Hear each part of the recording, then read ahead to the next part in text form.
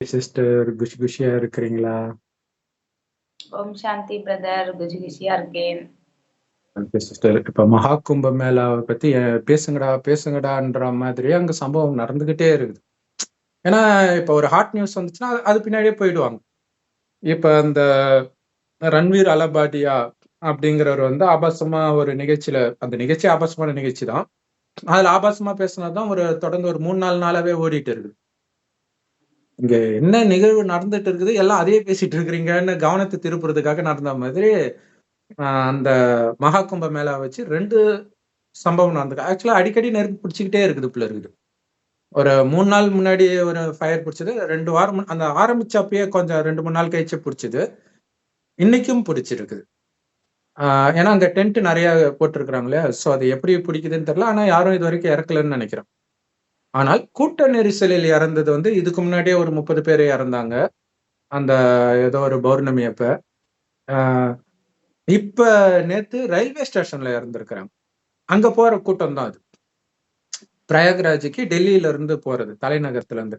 எப்பவுமே Delhi railway station வந்து பயங்கர கூட்டமா இருக்கும். 20 வருஷம் முன்னாடி நான் போகும்போதே பார்த்திருக்கிறோம். ஜேன்னு இருக்கும். தலைநகரம்ல கண்டிப்பா அப்படித்தானே இருக்கும். சோ இப்ப வந்து அது வந்து லீவு வேற, சனிக்கிழமை வேற. லீவு நாள்னாலே கூட்டம் அதிகமா தான் இருக்கும். அது ஒண்ணு இருக்குது. அது இல்லாம இங்க பிரயாகராஜுக்கு வந்து மேபி அந்த மாதிரி பௌர்ணமி மாதிரி இப்ப ஏதோ ஒரு விசேஷ நாளோ என்னவோ தெரியல. அந்த ட்ரெயினுக்காக இருந்த மக்கள் தான் திடீர்னு அந்த ட்ரெயின் அடிக்கடி ரயில்வே ஸ்டேஷன்ல நடக்கிறதாம். பிளாட்ஃபார்ம் மாத்தி விடுவாங்க. ஸோ அப்படி மாத்தி விட்டோன்னா வேகமா ஓடுறாங்க இல்லையா? அப்படி வேகமாக ஓடும்போது ஒருத்தர் மேல ஒருத்தர் ஏறி 18 பேர் இறந்து நிறைய பேர் காயப்பட்டு இருக்கிறாங்க. ஸோ இதே மாதிரி இந்த வைகுண்ட ஏகாதசிக்கே திருப்பதியில நடந்துச்சு. திருப்பதியிலும் டிக்கெட் வாங்க போற இடத்துல இறந்தாங்க. வேற ஏதோ ஸ்கூல்ல அதுக்கு முன்னாடி டிக்கெட் வைகுண்ட ஏகாதசி தரிசனத்துக்காக கியூல நின்று இறந்தாங்க. அப்பயே நம்ம சொன்னோம் இது வந்து வேற ஏதோ ஒண்ணு நடக்க போறதுடைய இதுன்ட்டு பார்த்தா அதே மாதிரியே நடந்துட்டு இருக்குது. கூட்ட நெரிசல் இறக்குறது இந்த மகா கும்ப மேளாவிலே இது 2வது முறை நடக்குது. இன்னும் எத்தனை நாள் இருக்குது, என்னென்ன ஆக போகுது அப்படிங்கிறது தெரியல. இதுல என்ன அப்படின்னா ஒரு விதத்துல இந்த தந்தை பெரியார் வந்து கடவுள் இல்லை அப்படின்னு சொன்னது வந்து அது தப்புதான். ஆனாலும் அவர் சொன்ன விஷயங்கள் இருக்குது இல்லையா? அந்த மூட நம்பிக்கைன்ற விஷயம். அது வந்து எல்லா மதத்திலயும் இருக்குது இல்லையா? அந்த மெக்காவுக்கு போய் 1300 பேர் இறந்தாங்க வெயில்ல. அங்க என்ன இருக்குதுன்னு பார்க்க போனாங்க இல்லையா? அங்க ஒண்ணுமே கிடையாது. இப்ப இந்து கோயில்ல போனாலாவது ஒரு சிலை இருக்கும். அதுக்கு வந்து நிறைய நகை அணிவிச்சிருப்பாங்க. அது பார்க்கறதுல அந்த சிலை ரொம்ப அட்ராக்ஷனாக இருக்கும். திருப்பதி, ஸ்ரீரங்கம் இங்கெல்லாம். ஸோ அதை பார்க்கறதுக்காக போறதுனா கூட ஏதோ ஒண்ணு இருக்குது. மெக்காவுல என்ன இருக்கு? மகா கும்ப மேளால என்ன இருக்குது? ஒண்ணுமே கிடையாது. தண்ணி தானே. அது எப்பயும் தானே இருக்க போகுது. ஸோ அப்ப மனிதர்களுடைய ஒரு மூட நம்பிக்கை எப்படி வந்து ஒரு உயிர் பலியை கொடுக்குது? ஸோ அன்னைக்கே போயாகணும்னு நினைத்தவர்கள், ஆனா அரசாங்கம் வந்து 10 லட்சம் அறிவிச்சிருக்கிறாங்க இறந்தவர்களுக்கு. ரொம்ப படுகாயம் அடைந்தவர்களுக்கு வந்து 2.5 லட்சம் அறிவிச்சிருக்கிறாங்க. பட் இருந்தாலும் ஜென்ரலா இந்த மாதிரி ஒரு அந்த குடும்பத்துக்கு ஆணிவேரா இருக்கிறவங்க ஒருத்தங்க இறக்குறாங்க அப்படின்னா, அடுத்தது அந்த குடும்பமே கடவுளை நினைக்குமா? அப்படிங்கிறது ஒரு பெரிய டவுட் ஆயிடுது. ஏன்னா இதை காரணமாக வைத்து கடவுளை வெறுக்கிறது இருக்குது பார்த்தீங்களா? அது தப்பு. ஆனா அது காரணம் என்னன்னா, கடவுளுக்கும் அந்த இடத்திற்கும் சம்மந்தம் கிடையாது. அது அது வந்து ஒரு ஒரு உண்மை விஷயத்தை நினைவுபடுத்தும் விதமாக சொல்லப்பட்ட விஷயம். கங்கா தேவி அப்படின்ட்டு கதையில காட்டும் பொழுது, மகாபாரதத்துல காட்டும்போது ஒரு பொண்ண தான் காட்டுவாங்க. நதிய காட்ட மாட்டாங்க. ஆனா கடைசியில வந்து கங்கை நீர் வந்தது. அர்ஜுனன் அம்பு விட்டாரு. பீஷ்ம பிதாமகர் அம்பு படுக்கையில படுத்துட்டு இருக்கும்போது, தண்ணி வேணும்ன்றாரு. அப்ப அவரு அம்பு விடுறாரு. அம்பு விடும்போது அங்கிருந்து தண்ணி வருது. அது வந்து கங்கை அப்படின்னு. அந்த தண்ணியும் காட்டுவாங்க, இந்த தண்ணியும் காட்டுவாங்க. மக்களுக்கும் ஒரு கன்ஃப்யூஷன் தான். அந்த கங்கையுமே அந்த கங்கை தண்ணியில இருந்து அந்த பொண்ணு வரா மாரி காட்டுவாங்க. கங்காதேவி. அடுத்தது அந்த பொண்ணு வந்து சாந்தனு மகாராஜா கல்யாணம் பண்ணுவாரு. எப்படி தண்ணிய எப்படி கல்யாணம் பண்ணியிருக்க முடியும்? இல்லையா? சோ மக்களுக்கு அது ஒண்ணுமே புரியல. எது அத வைச்சு என்ன பண்ணிடுறாங்க, எல்லாமே கடவுள். பஞ்ச தத்துவமும் கடவுள். இப்படி வந்துருச்சு. சோ அது எவ்வளவு பெரிய மூட நம்பிக்கை அப்படிங்கிறது வந்து தெரிந்தால், இந்த அளவுக்கு மக்கள் போய் விழ மாட்டாங்க. பட் இருந்தாலும் எல்லாத்துலயுமே தமிழ்நாட்டிலயுமே தான் அந்த இப்ப தைப்பூசத்துக்கு அவ்வளவு கூட்டம் வந்துச்சாம். எல்லா கோயில்லையுமே. இதுவரைக்கும் சென்னை வடபழனி முருகன் கோயில்ல அவ்வளவு கூட்டமா இதுவரைக்கும் இவ்வளவு கூட்டம் இருந்தது இல்லையா. சோ எல்லா இடத்துலயுமே இது இருந்துட்டு இருக்கு. பிரதர் ஒரு ம். 10 வருஷத்துக்கு முன்னாடி நாஸ்திகம் அதிகமா இருந்துச்சு பிரதர். கடவுள் நம்பிக்கை குறைவா இருந்துச்சு. ம், இப்ப ம். மக்கள் ரொம்ப அடிபட ஆரம்பிக்கிறாங்க. தாங்க அடிபடுறாங்க. முடியல துக்கத்த. அதனால கடவுள இப்ப எல்லா இடத்துலயும் ஏன் கூட்டம் அதிகமா இருக்கு அப்டின்னா, ஒரு காரணம் மக்களுக்குள்ள ம். அந்த கஷ்டம். திருப்தியின்மை, ம். கஷ்டம். அப்ப ம். இறைவன தேடி போறாங்க. பட் அந்த இறைவன் யாரு, எங்க இருக்காருன்னு தெரியலங்கிறது அறியாமை. இறைவன நோக்கி கண்டிப்பா. போறாங்க. அந்த பக்தர்கள் மீது கருணை வரணும். கண்டிப்பா. நிஜமாலுமே பாவமா இருக்கு பிரதர். ஒண்ணு ம். பாருங்களேன். இப்ப முன்னாடி நாயன்மார்கள் அந்த வரலாறுலாம் பார்த்தோம்னா, அந்த இறைவன நோக்கி அந்த பயணம் செய்யும் பொழுது அவ்வளவு பயபக்தியா செய்வாங்க. ம். இப்பயுமே இந்த மலைக்கு போறது இதெல்லாம் பார்க்கிறோம். அப்ப இறைவனுடைய எண்ணம் மட்டும் தான் இருக்கும். நடந்து பாத யாத்திரை போவாங்க. இது ஓகே. இப்போ இந்த கோயிலுக்கு தான் போறாங்க. ரயில்வே ஸ்டேஷன்ல நிக்கிறாங்க. ஒரு பிளாட்ஃபார்ம் மாரி போறாங்க. அப்படி முந்தி அடிச்சுட்டு போயிட்டு அந்த கடவுள பார்க்கணுங்கிற ஒரு ஆசை. ஒரு பக்கம் ஓகே அத பாராட்டலாம். அந்த பக்தி, அது வெறி. கோயில்னா கூட இன்னொன்னு பரவால்ல. மனித ம். நேயம் அங்க செத்து போச்சே. 3 குழந்தைங்க இறந்திருக்கு. அந்த ஒரு ம். குழந்தை இருக்கு. நான் அந்த குழந்தைய மிதிச்சுட்டு நான் ஏறி போய் அந்த சாமிய பார்க்கிறேன் அப்படிங்கிறது ஒரு நியாயமான விஷயமா? அங்கேயும் அப்படிதான் இருந்துச்சு. ஃபர்ஸ்ட் அந்த மகாகும்ப மேளாவிலே நடந்துச்சுல்ல கூட்ட நெரிசல். அப்ப வந்து அந்த பொண்ணுங்கலாம் வந்து இதுங்கலாம் மனுஷங்களே கிடையாது. மிருகங்க அப்படின்றாங்க. அ ஆனா இதுக்கு காரணமாக இருக்கிறது பக்தியா இருக்குது.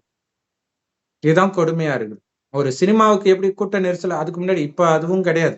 ஏன்னா காசு வச்சுட்டாங்க. ஆ மேபி இதுக்கு கூட காசு வச்சாலும் வச்சுருவாங்கன்னு நெனைக்கிறேன். காசு வச்சா அரசாங்கத்துக்கு நல்ல வருமானம் வந்துரும்ல. இதுக்கு என்ட்ரி ஃபீ ரூ. 1000 அப்படின்னா, செமையா சம்பாதிச்சிருக்கலாம். ஆ கூட்ட நெரிசல் கம்மியா இருக்கும். இவ்வளோ கண்டிப்பா இருந்திருக்காது. ஆ அப்ப வந்து ஆமா. ஏன்னா பெரும்பாலும் போறவங்க ஏழைகளா தான் இருப்பாங்க. அது கொஞ்சம் குறைஞ்சிருக்கும். மக்களுடைய மூட நம்பிக்கை எங்க இருக்குதோ, அங்க சம்பாதிச்சுக்கண்டா. இப்போ இறந்ததுக்கு அப்புறம் ஒருத்தருக்கு 10,00,000 தராங்க. 18 பேருக்கு 180,00,000 ஆயிடுச்சு இல்லைங்களா? ம், இதே என்ன பண்ணிருக்கலாம், அந்த ட்ரெயின் லேட்டா வருதுன்னாங்கல்ல. அப்ப ம், கவர்மெண்ட்க்கு தெரியும் இங்க கூட்டம் இருக்குன்னு. கொஞ்சம் டைம் ம், குடுத்துருக்கலாம். அங்க ம், ஒரு 10, 20 ஆபீசர்ஸ போட்டு கொஞ்சம் கூட்டத்த கண்ட்ரோல் பண்ணியிருந்தா இந்த விபரீதமே நடந்திருக்காதுல்ல. முன்னெச்சரிக்கை வேணும்ல ஒரு ஃபங்ஷன் நடக்கும் பொழுது. ம். அதுதான் சொல்றாங்க. ம். அது வந்து அது அரசியல் அது. அது எப்பவுமே அரசியல்ல அப்படிதான் பண்ணுவாங்க. ஆளுங்கட்சிய எதிர்த்து எதிர்க்கட்சி வந்து அப்படிதான் சொல்லுவாங்க. பட் ஆனா, இது வந்து தவிர்க்க முடியாது. இப்ப அந்த கூட்ட நெரிசல் எதுவுமே பண்ண முடியாது. ஃபர்ஸ்ட் நடந்த கூட்ட கரெக்ட். நெரிசல்ல, போலீஸ் எல்லாம் தள்ளிட்டு உள்ள போறாங்க கூட்டம். அவ்வளவு கூட்டம் வரும்னு அவங்க எதிர்பார்க்கவும் இல்ல. இதுவும் அப்படிதான். எதிர்பார்த்தாங்கன்றது வந்து ஓரளவு அதிகமா இருப்பாங்கன்னு எதிர்பார்த்திருப்பாங்க. ஏன்னா ரயில்வே ஸ்டேஷன்ல கூட்ட நெரிசல்ல இறந்தாங்கன்ட்டு இதுவரைக்கும் நியூஸ் வந்ததே கிடையாது. இப்பதான் மொதல்ல வருது இப்படி நியூஸ். ஆ சோ ஆனா இதுக்கு அதாவது அரசாங்கம் என்ன பண்ணியிருக்க முடியும், பண்ணியிருக்கலான்றது அது எப்பயுமே அரசியல் ப்ளேம் பண்ணுவாங்க. அது நடக்கும். அது வேற விஷயம். மக்களுடைய அறியாமை தானே இங்க முக்கியமான விஷயம். இல்லையா? அன்னைக்கு போனா சரியாயிடும் அப்படின்ட்டு ஆ பிசினஸ் பண்றாங்க. இந்த குருமார்கள், அரசாங்கத்துக்கும் அது லாபம் தான். இல்லையா? அங்க போடக்கூடிய கடை, அந்த டென்ட்டுக்கான வாடகை, இதெல்லாம் லாபம் தான். அது அது ஆக்சுவலா பிசினஸ் தான் நடக்குது. மக்களுடைய அறியாமைய வச்சு பிசினஸ் நடக்குது. பாதிக்கப்படுறது மக்கள். ம். பாதிக்கப்படுறது மக்கள் மாத்திரமே. ஆமா. அதுல நன்மை அரசாங்கத்துக்கு கிடைத்தால் கூட, அதுக்கு வந்து உயிரையே பணயம் வச்சு நீ நன்மை செய்யணுமா? கரெக்ட். அப்படி நீ போய் அங்க ஏதாவது உனக்கு கிடைக்குதா? அப்படின்னா, அதை வந்து ஈஷா யோகா ஜக்கி வாசுதேவ் அவர்கள் கிட்ட வந்து, ஏன் இப்படி இதுல ஏன் மக்கள் இப்படி விழுந்து கிடக்குறாங்கன்னு ஒரு சகோதரி கேட்கறாங்க. குளிக்கிறது நல்ல விஷயம் தானேன்ட்டு அவர் வந்து புத்திசாலித்தனமா, நகைச்சுவையா பதில் சொல்றாரு. குளிக்கலாம். வீட்லயே குளிச்சுக்கலாமே. எதுக்கு இங்க வந்து குளிக்கணும்? கரெக்ட். கரெக்ட் தானே. வேலை மெனக்கிட்டு எவனாவது இவ்வளவு கூட்டத்துல போய் ட்ரெயின் புடிச்சிட்டு போய் நான் குளிச்சுட்டு வந்தேன்னா சிரிக்க மாட்டாங்க. இல்ல. அதுவும் என்ன ஓடுற தண்ணீல எல்லாரும் குளிக்கிற இடத்துல. அப்ப அது சுத்தமா அது பெரிய தண்ணி. அதனால போயிடும். பட் இருந்தாலும் அந்த இடத்துல போய் குளிக்கணுமா? சரி அப்படியே குளிக்கிறது உங்களுக்கு புடிச்சிருக்குது. அந்த நம்பிக்கையே இருக்குதுன்னா கூட மத்த நாள் பண்ணியிருக்க கூடாதா? அந்த நாள் தான் குளிக்கணும். அந்த நாள் தான் அங்க சக்தி வரும். இந்த ஈஷா யோகா மாதிரி ஆட்கள் வந்து அத ஏத்தி விடுறது. அன்னைக்கு வந்து ஒரு பெரிய எனர்ஜி வருது, இது வருது, அது வருதுன்னு இத நம்பி இவங்க ஏமாறுறாங்க. சோ, அப்ப அதற்கான உண்மையான அர்த்தம் தெரிஞ்சா இப்படி போக மாட்டாங்க அப்படிங்கிற நோக்கத்திற்காக தான் அதோடைய ரகசியத்தை நம்ம வெளிப்படுத்துறோம். கங்கையை பற்றி முதல்ல தெரிஞ்சுக்கணும். கங்கை யமுனை சரஸ்வதி மூணும் சந்திக்கிற இடம் அது. திரிவேணி சங்கமத்துல தான் அது நடக்குது. குறிப்பாக கங்கையில குளிச்சா பாவம் போகுன்றதுதான் நம்பிக்கை. யமுனை சரஸ்வதிக்கெல்லாம் அந்த அளவுக்கு மகிமை கிடையாது. யமுனைக்கும் மகிமை இருக்கு. பட் அந்த அளவுக்கு கிடையாது. இப்ப கங்கைக்கு தான் இந்த புண்ணிய நதி அப்படிங்கிற ஒரு பெரிய புகழ் இருக்குது. ஏன்னா சிவன் தலையிலேயே அது இருக்கும் இல்லையா? சிவன் தலையில இருந்து கங்கை வரும். அந்த கங்கையோட வரலாறு பாத்தீங்கன்னா, யாரோ ஒருத்தவங்க வந்து அஸ்வமேத யாகம் வளர்ப்பாங்க. அஸ்வம்னா குதிரை. சோ அந்த அந்த யாகத்துல குதிரைய பலியிடணும் அப்படின்ட்டு ஒரு குதிரைய வச்சிருப்பாங்க. சோ அந்த குதிரைய வந்து ஊரெல்லாம் சுத்திட்டு வந்து பலியிடணும் அப்படின்ட்டு இருக்கும். அப்போ ஒரு இடத்துல வந்து ஒரு முனிவர் கிட்ட யாரோ கட்டிட்டு போயிடுவானுங்க. திருடிட்டு போய் அந்த குதிரைய திருடிட்டு போய், முனிவர் தவம் கிடக்கும்போது பக்கத்துல வச்சுட்டு போயிடுவாங்க. அப்ப முனிவர் வந்து சாபமிடுவார். சாபமிட்ட உடனே அவங்கலாம் இறந்துடுவாங்க. முனிவருடைய தவத்தை கெடுத்ததுனால, ஆ அவங்க அவங்க சபிக்கப்படுறாங்க. சபிக்கப்படுறாங்க. அப்புறம் இன்னொன்னு வந்து நெறைய பேர கொலை பண்றதெல்லாம் வருமா அந்த கதை. கரெக்ட்டா எனக்கு ஞாபகம் இல்ல. மொத்தத்துல பாவம் செய்றாங்க. கும்பலா நெறைய பேர். அதுக்கு அடுத்த ஜெனரேஷன் இப்படி ஒரு 2, 3 தலைமுறை போன பிறகு, அ பகீரதன் அப்படின்னு ஒருத்தன் பிறக்குறான். அந்த தலைமுறையில. அந்த பகீரதனுக்கு வந்து தன்னுடைய மூதாதையர் ஆத்மாக்கள் இந்த பாவத்தை செஞ்சதுனால முக்தி அடையாம, இன்னும் பேயாவே அலைஞ்சிட்டு இருக்கிறாங்க. அவங்களுக்கு முக்தி கொடுக்கணும். அதுக்கு அவங்க செய்த பாவத்துக்கு என்ன பண்றது? அப்படின்னும் பொழுது விஷ்ணு சொல்வாரு, கங்கை சொர்க்கத்துல இருந்து எடுத்துட்டு வரணும். ஆனா சொர்க்கத்துல இருந்து பூமிக்கு வந்தா பூமி தாங்காது. அதனால நீ சிவனை வழிபடு. அவரு வந்து தன்னுடைய தலையினால தாங்கிக்குவாரு. உடனே சிவனை வழிபடுறாங்க. சிவனும் வர்றாரு, ஒத்துக்கிறாரு. அப்ப வந்து சொர்க்கத்துல இருந்து கங்கை வந்து அவர் தலையில பட்டு, அது ஃபுல்லா தலைக்குள்ளேயே போயிடுது. அதுக்கப்புறம் அவர் ஜடாமுடிய கழட்டி விட்ட பிறகு தான் அது வருது. இப்ப இந்த கதையில எதையாவது நம்புற மாரி இருக்குதா? இல்லையா? ஒரு கங்கை ஃபுல்லா ஒருத்தர் தலைக்குள்ள போயிடுமா? தலைக்குள்ள என்ன இருக்குது? உன் தல மண்டைக்குள்ள என்ன மசாலா இருக்குதா? இல்ல மூளை இருக்குதான்னு கேட்பாங்க. இல்லையா? அப்ப மூளை தானே இருக்கணும். மூளைன்றது மூளைன்னு சொல்றாங்க. அது ஆக்சுவலா மூளையில இருக்காது புத்தி. புத்தி, மனம்ன்றது வந்து ஆத்மால இருக்கும். அது புருவ மத்தியில இருக்குது. பட் ஜெனரலா மனிதர்களுடைய புத்திப்படி அ மூளை. அப்ப இறைவனுடைய புத்தியில இருந்து வரக்கூடிய ஞானத்தை தான் அங்க கங்கைன்னு சொல்றான். அவரு ஜடமுடிய கழட்டி விட்டோனே கங்கை வருது அப்படின்னா, இறைவன் கிட்ட இருக்கிற ஞானம் அது வருது. சொர்க்கத்திலிருந்து வரல. பட் கதைப்படி அப்படி சொல்லப்பட்டிருக்கிறாங்க. அப்ப அந்த அந்த அவரு வந்து என்ன பண்ணுவாரு, அந்த இறந்தவர்களுடைய அஸ்தியெல்லாம் அந்த கங்கையில போய் கரைப்பாரு. மூதாதையர்களுடைய அஸ்திய. சோ அதனால இன்னைய வரைக்கும் கங்கையில போய் அஸ்திய கரைக்கிற பழக்கம் இருக்குது. இது இல்லாம அங்க குளிச்சுட்டா பாவம் அழிஞ்சிடும். அப்படின்னு சொல்லிட்டு போயிட்டு இருக்கிறாங்க. ஆனா, அந்த கதையில வந்து சொல்லப்பட்ட விஷயம் வந்து இப்படிதான். சொர்க்கத்துல இருந்து கங்கை வந்துச்சுன்ட்டு. ஆனா, உண்மையிலே என்ன நடந்துச்சு? அப்படின்னா, அந்த மாரி கதையெல்லாம் எதுவுமே நடக்கல. ஆனா, உண்மையை வைத்து ஒரு கதை புனையப்படுது. உண்மையா நடக்கிற ஒரு சம்பவத்தை கதையாக கண்ணு, காது, மூக்கு இதெல்லாம் இன்ட்ரெஸ்ட்டா வச்சு பண்றது. இதுல என்ன ஆகும்னா, அந்த ஒரிஜினல் உண்மை எதுவோ அது தெரியவே தெரியாது. அந்த மாரி அந்த உண்மை எதுன்றது யாருக்கு தெரியும்? எல்லாம் கடவுளுக்கே வெளிச்சம் அப்டின்னுவாங்க இல்லையா? அந்த கடவுளே வந்து சொல்றாரு. கடவுளுக்கே வெளிச்சம், கடவுளே வெளிச்சம் அப்டின்னா என்ன அர்த்தம்? நம்ம எல்லாம் இருட்டா இருக்கிறோம்னு அர்த்தம். சோ கலியுகத்தின் இருட்டுல இந்த மாரி மதங்களின் பேருனால ஒண்ணு சண்டை நடக்குது. அது ஒண்ணு.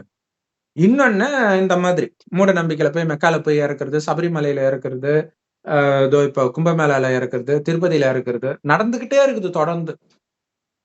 அ சோ அதுவும் திருப்பதிக்கு போற வழியில புலி வந்து மனிதர்கள எடுத்துட்டு போறது, அந்த நியூஸும் வந்துகிட்டு இருக்குது.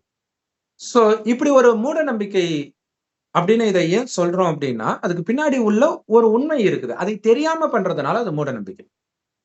இப்ப முருகனை வழிபடுறாங்க. அது மூட நம்பிக்கையா? அப்படின்னா, முருகன் யாருன்னு தெரிந்து வழிபட்டால் மூட நம்பிக்கை கிடையாது. அவர் அப்படி என்ன பண்ணாருன்னு தெரிந்து வழிபட்டால் மூட நம்பிக்கை கிடையாது. ஆனா இவங்க யாரும் தெரிஞ்சு வழிபடல. அவரு என்ன பண்ணாரு?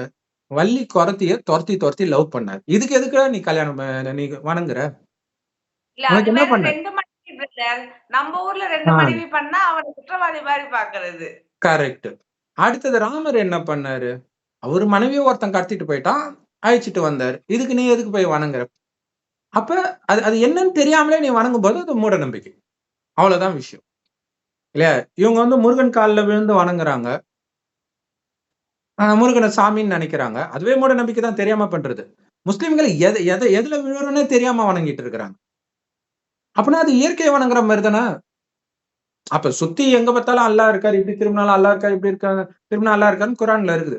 அப்ப எங்கும் நிறைந்தவர் அல்லாஹ்னா அந்த முருகன் சிலையிலயும் இருப்பார் தானே கடவுளு. அப்ப எப்படி சிலை வழிபடுறது மூட நம்பிக்கை ஆகும்? அவங்க அதை தானே சொல்லிட்டு இருக்கிறாங்க. அப்ப சிலையை வணங்குறதே மூட நம்பிக்கைனா, ஒண்ணும் இல்லாத இடத்த வணங்குறது எவ்வளவு பெரிய மூட நம்பிக்கை. சோ இந்த மாதிரி மனிதர்கள் இருக்கிறாங்க. அது உங்களுடைய உயிரையே பணயம் வைக்கிற மாதிரி சில சமயத்துக்கு இட்டு போய் விட்டுருது. இந்த மாதம் ஹஜ் யாத்திரை பண்ணணும், அந்த நேரம் கூட்ட நெரிசல்ல இறக்குறாங்க. ஃபயர் ஆக்சிடென்ட்லயும் இறப்பாங்க. அங்கேயும் டென்ட் எல்லாம் இருக்கும், அங்கேயும் பத்திக்கும், அங்கேயும் எரியும். அது இல்லாம இப்ப வெயிலே இறந்தாங்க. சோ இப்ப மெக்கால பயங்கர வெள்ளம் வந்தது. சோ இதெல்லாம் எச்சரிக்கை. இனியும் மூட நம்பிக்கையில தான் போய் இறக்க போறீங்களா? அப்ப யோசிக்கணும். என்ன என்ன இது, இதோடைய உண்மை என்னவா இருக்க முடியும்? கடவுள் ஒருவர் தான், அல்லாஹ் ஒருவர் தான் அப்படின்னு அவங்க சொல்றாங்க. அல்லாஹ்னா கடவுள்னு அர்த்தம். ஓகே. அந்த கடவுள் யாரு? அது அவங்களுக்கும் தெரியாது. சோ இப்ப கடவுள் சொல்றாரு, நான் செம்பொன் நிறமான ஒளி உலகத்துல நட்சத்திரம் மாதிரி இருக்கிறேன் அப்படின்ட்டு கலியுகம் அழியறதுக்கு 100 வருடம் முன்பு ஒரு வயோதிகர் உடல்ல வந்து அவரே சொல்றார். அந்த வயோதிகருக்கு பிரம்மான்னு பேர் வைக்கிறார். அந்த பிரம்மா வாய் வழியாக இறைவன் ஞானத்தை கேட்கிறவங்க தான் பிரம்மாவின் குழந்தைகள், பிரம்மா குமார் குமாரிகள். சோ பிரம்மாவுக்கு நிறைய மானசீக புதல்வர்கள் இருப்பாங்க. நாரதர், வேதவதி, இது மாதிரி நிறைய வந்துகிட்டே இருக்கும். மானசீக புதல்வர்கள்னாலே என்ன அர்த்தம்? வயிற்று வழியா பிறந்தது கிடையாது, காமத்தினால் பிறந்தவர்கள் கிடையாதுன்னு அர்த்தம். இப்ப மானசீக குரு வேற, அது புரிஞ்சுக்க முடியும் நம்மளால. அவரு என்னுடைய மானசீக குருன்னா அவரை பார்த்திருக்க மாட்டோம். இப்ப ராகவேந்திரர் என்னுடைய மானசீக குருன்னு நான் சொல்றேன்னா, ராகவேந்திரன் நான் பார்த்ததே கிடையாது. பட் அவருடைய புக்க படிச்சுட்டோ, அல்லது எனக்கு ஏதோ ஒரு காட்சி கிடைச்சிருக்குது அப்படின்னா, ரமண மகரிஷி அது மாதிரி மானசீக குருன்ட்டு நிறைய பேர் சொல்லிட்டு இருப்பாங்க. அது மானசீகமா குருவா இருக்க முடியும். அப்பா எப்படி இருக்க முடியும்? மானசீகமா அப்பா எப்படி இருக்க முடியும்? அப்ப என்னன்னா, அப்பா அம்மா காமத்தில் ஈடுபட்டு பிறக்காத குழந்தைகள்னு அர்த்தம். குழந்தைங்க தான். ஆனா காமத்தினால பிறக்காத குழந்தைகள். குழந்தைய 2 விதமா சொல்லலாம். ஒண்ணு நமக்கு பிறந்தா குழந்தை, அல்லது நம்ம தத்தெடுத்தா குழந்தை. நம்ம குழந்தைன்னு சொல்லுவோம். அந்த மாரி கடவுளால் தத்தெடுக்கப்படுற குழந்தைகள் தான் பிரம்மகுமார் குமாரிகள். பிரம்மா வாய் வழியா சிவன் வந்து ஞானத்தை கொடுக்கிறார். இவரை தான் அல்லாஹ் பரமபிதான்னு சொல்றோம், சிவனை. அவரு செம்பொன் நிறமான ஒளிவலத்தன் நட்சத்திரம் மாதிரி இருக்கார். ஒரு வயோதிகர் உடல் வந்து இந்த ஞானத்தை கொடுக்கிறார். நான் சொல்றேன், இந்த பூமி சொர்க்கமாகத்தான் நான் படைத்தேன். நீங்க நரகமா மாத்திட்டீங்க. 2500 வருடம் சொர்க்கமா இருந்தது. இப்ப 2500 வருடம் நரகம் ஆயிடுச்சு. இந்த 5000 வருடம் தான் இந்த காலச்சக்கரம். வேதத்துல இருக்கிற மாதிரி லட்சக்கணக்கான வருடம் கிடையாது. அது முதல் தப்பு வேதத்துல. மற்றபடி சத்தியுகம், திரேதாயுகம், துவாபரயுகம், கலியுகம் கரெக்ட். கால அளவு வெவ்வேறு கால அளவு இருக்கும். கலியுகத்தை விட துவாபரயுகம் அதிகமாக இருக்கும். அதை விட அதிகமாக இது இருக்கும். அதை விட அதிகமாக சத்தியுகம் இருக்கும். அப்படி கிடையாது. எல்லாமே சமமா தான் இருக்கும். அதிலும் குறிப்பா சொல்லணும்னா 5000 வருடத்தில் பாதி சொர்க்கம், பாதி நரகம்.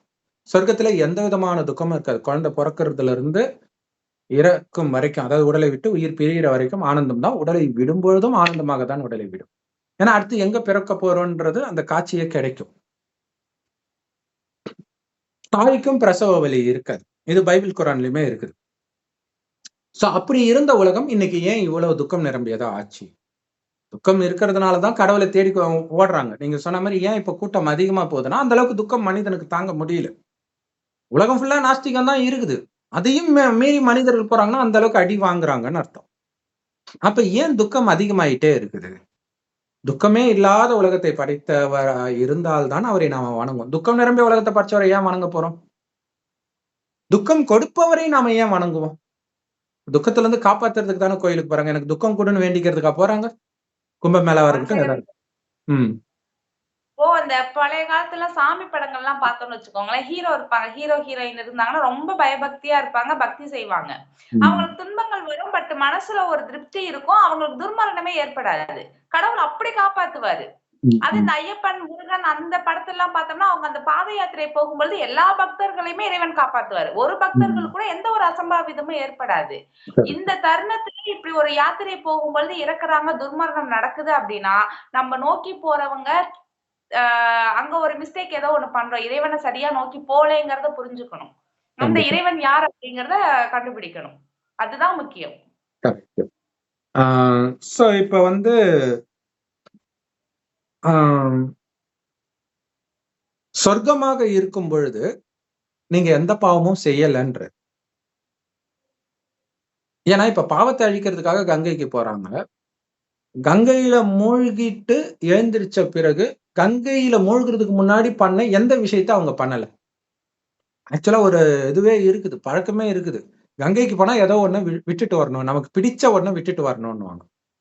இவங்க என்ன பண்ணாங்க, பிடிக்காத ஒரு விஷயத்த விட்டுட்டு வர அப்படி பண்றாங்களாம். சோ அப்ப பிடித்த ஒன்னை விடணும்ன்றது வந்து அமரக்கதையிலே அது இருக்கும். இல்ல ஆஹ் பிரதர். உம் அதாவது ட்ரெஸ் தான் நம்ம போட்டு தலை குளிச்சுட்டு நம்ம போட்டிருக்கிற ட்ரெஸ் அப்படியே ஆத்துலயே விட்டுட்டு வரணும்பாங்க. உம் உம் சிலர் என்ன பண்றாங்க, பழைய ட்ரெஸ் போட்டுட்டு போறது. உம் அப்படி உம் இல்லைன்னா பேக்லயே துணி வச்சிருக்கிறது பழசு.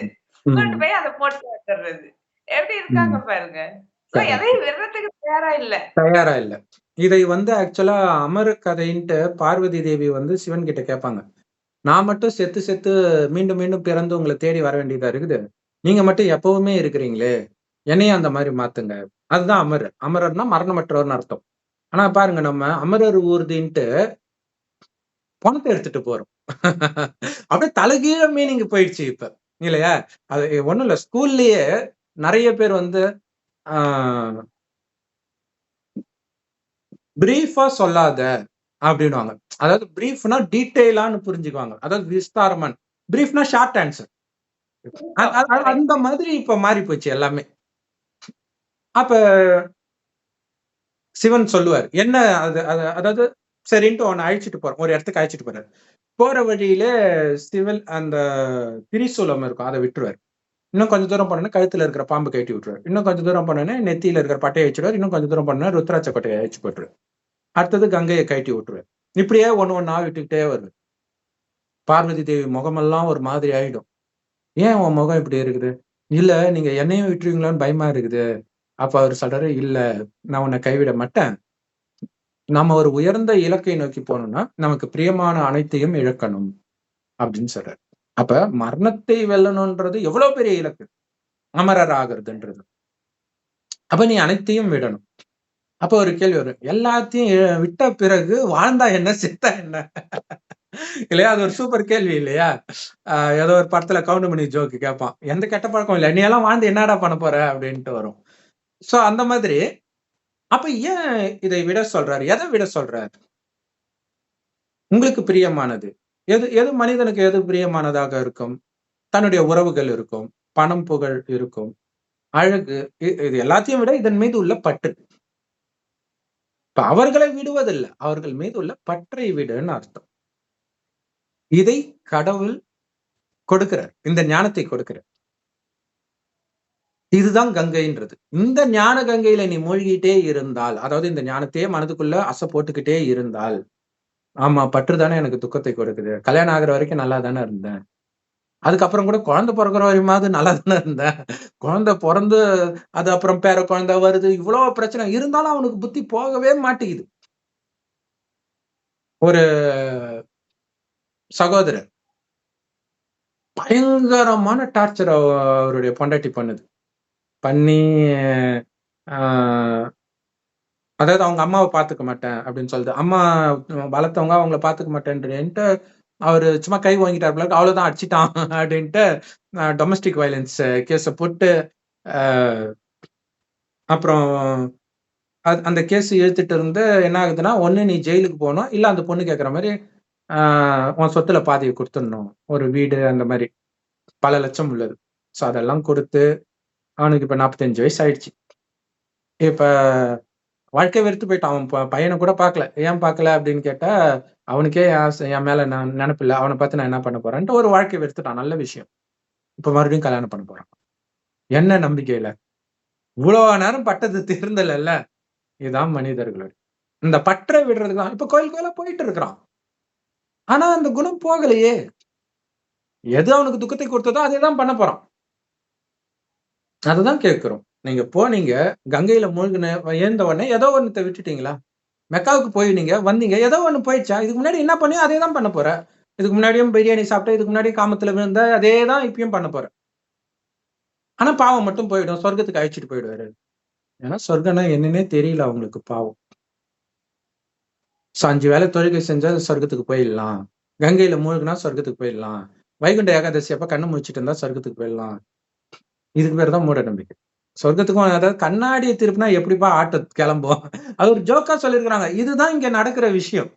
இதை திருப்பினா அது எப்படி போகும்? சொர்க்கத்தை பற்றி அடிப்படை புரிதல் இல்ல. அது அவங்க தவறும் கிடையாது. ஏன்னா கடவுள் சொல்ற வரைக்கும் நமக்கும் தெரியாது. இப்ப கடவுள் சொல்றதை நாம சொல்றோம். என்ன சொல்றாரு? இந்த பூமி தான் சொர்க்கமா இருந்துச்சு, இப்ப இது நரகம் ஆயிடுச்சு. ஆதாமுடைய குழந்தைகள் நாமன் முஸ்லிம்கள் கிறிஸ்தவர்கள் சொல்றாங்க இல்ல, ஆதாம் சொர்க்கத்துல இருந்தாங்க. இப்ப அவங்களுடைய வம்சம் தான் நாமன்னா, நாம இங்க தானே இருக்கிறோம். அப்ப சொர்க்கம் இங்க தானே இருந்திருக்கும். இங்க இருந்தவங்களுடைய வம்சமா தானே இது இருந்திருக்கும். ஆனா அது கூட யோசிக்கிறதுல கேட்ட உடனே இல்ல, அது வேற, அது ஒரு தோட்டம், அது ஏவாள் தோட்டம். அப்ப சொர்க்கத்தை பற்றி எதுவுமே இல்லையா அப்ப? சோ இப்படி ஒரு ஒரு ஒரு குழப்பத்திலே இருக்கிறாங்க. சோ இப்ப இறைவன் சொல்ற, சொர்க்கமாக இதே பாரத பூமி இருந்தது, இதே பாரதம் இருந்தது. இப்ப அந்த கங்கையில போய் குளிக்கிறாங்க இல்லையா, கங்கை யமுனை கலக்கிற இடம் அது. அந்த யமுனை நதிக்கரை, அந்த கங்கை யமுனை நதிக்கரையோரமாகத்தான் சொர்க்கம் இருக்கும்ன்ற. டெல்லி சார்ந்த பகுதி தான் சொர்க்கமாக இருக்கும்ன்ற. சோ அந்த சொர்க்கத்துல காமம், கோபம், பற்று, பேராசை, அகங்காரம்னா என்னன்னே யாருக்கும், சின்ன குழந்தையில இருந்து வயசான தாத்தா வரைக்கும் தெரியவே தெரியாது.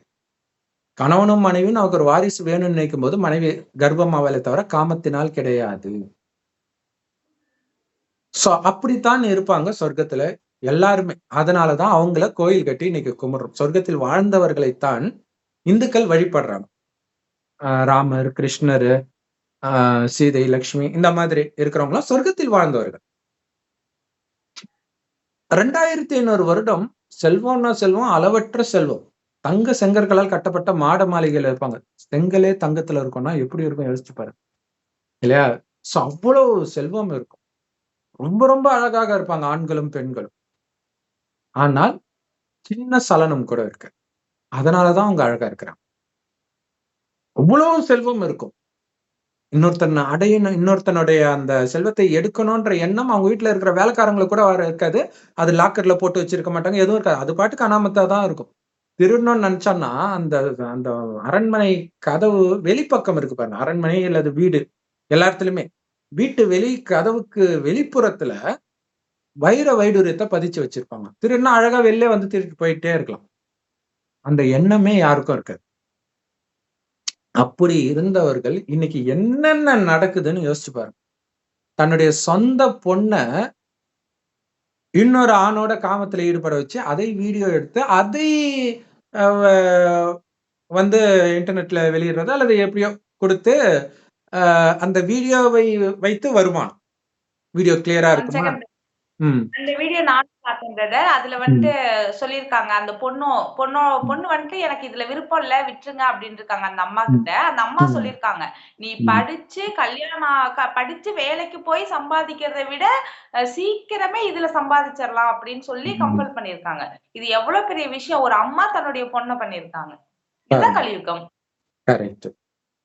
இதுக்கு முன்னாடி எனக்கு தெரிஞ்ச இந்த மாதிரி வந்து ஒரு முஸ்லிம் நாட்டுக்கு போயிருக்கிறாங்க. அங்க இந்த மாதிரி விபச்சாரம் ஜோரா ஓடுதுன்றதுக்காக அந்த அம்மா என்ன பண்ணாங்க, இங்க தமிழ்நாட்டுல இருந்து நிறைய பொண்ணுங்களை ஆசை வார்த்தை கட்டி அங்க இவ்வளவு கிடைக்கும் அவ்வளவு கிடைக்கும் அழைச்சிட்டு போயிட்டு அங்க போய் விபச்சாரத்துல ஈடுபடுத்துறது. இப்படியே இருந்தாங்க. அவங்களுக்கும் ஒரு பொண்ணு இருக்குது. அந்த பொண்ணுக்கு கல்யாண வயசு வரும்போது போலீஸ்ல அவங்க அங்க மாட்டுறாங்க. அந்த முஸ்லிம் நாட்டு போலீஸ் கிட்ட மாட்டாங்க. செம்மாட்டி அடிச்சிருக்கிறாங்க. அடிச்சு திருப்பி அனுப்பும் போதெல்லாம் யூரினே ரத்தமா போச்சாம். அந்த அளவுக்கு வலி. ஹாஸ்பிட்டல்ல இருந்திருக்கிறாங்க. அவங்க தம்பியை கூப்பிட்டு அந்த காசெல்லாம் எங்க இருக்குது, நான் இறந்தா நீ தான் பாத்துக்கணும் அப்படிலாம் சொல்லியிருக்கிறாங்க. கடைசியா அந்த தம்பி எல்லா காசையும் சுட்டிட்டு போயிட்டான், அந்த பொண்ணு அனாதையா விட்டுட்டு. அப்ப தனக்கே ஒரு பொண்ணு இருக்குது, அது இருந்து கூட இப்படி பண்றாங்க பாருங்க. இப்ப தன் பொண்ணையே நீ இதுக்கு முன்னாடி 1 வருஷம் முன்னாடி ஒரு சகோதரி இதே மாதிரி மாட்டினாங்க.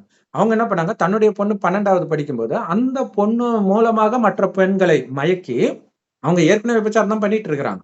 அதை அடுத்த லெவலுக்கு எடுத்துட்டு போனோம். பள்ளி மாணவி, கல்லூரி மாணவினா டிமாண்ட் அதிகமா இருக்குது அப்படிங்கிறதுக்காக அந்த ஏழையா இருக்கிற பொண்ணுங்க கிட்ட எல்லாம் பேசி சம்பாதிக்க கத்துக் கொடுக்குறோம் அப்படி இப்படின்னு சொல்லி மைக்க எடுத்துட்டு வந்து அது அப்படி மாட்டி இருக்கிறாங்க. பட் தன்னுடைய பொண்ணை அப்படி ஈடுபடுத்தினாங்களான்னு தெரியல. பட் பணம் பத்தும் செய்யும்.